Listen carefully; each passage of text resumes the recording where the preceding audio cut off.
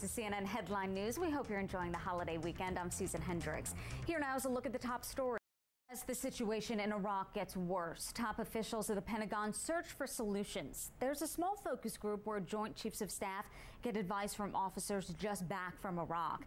Kathleen Koch explains how this group could make a difference.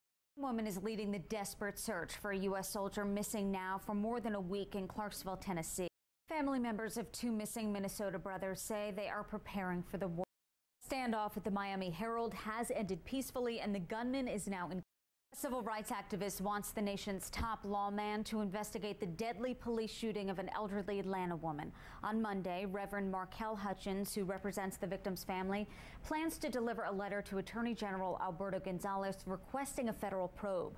Are you one of the millions of people plagued by seasonal allergies? It turns out how search for a missing spacecraft on Mars may be over. NASA hasn't heard anything from its Mars Global Surveyor in almost a month and may have to end its mission. But all is not lost. The spacecraft was on the longest and most productive mission to Mars so far.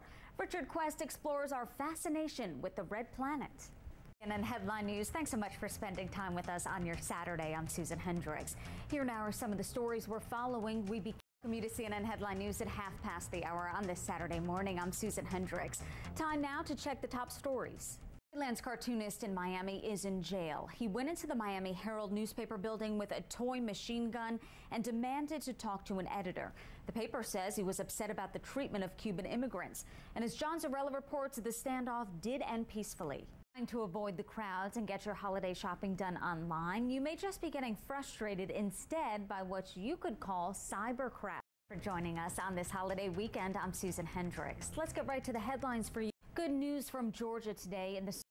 When was the last time you went camping? Well, the National Park Service is guessing. This week's deadly school bus crash in Huntsville, Alabama, revived the debate over whether seatbelts should be required on school buses. One Massachusetts couple who lost a child in a bus accident abroad is doing more than talking. Dan Lothian looks at their campaign to get people to buckle up no matter where they travel.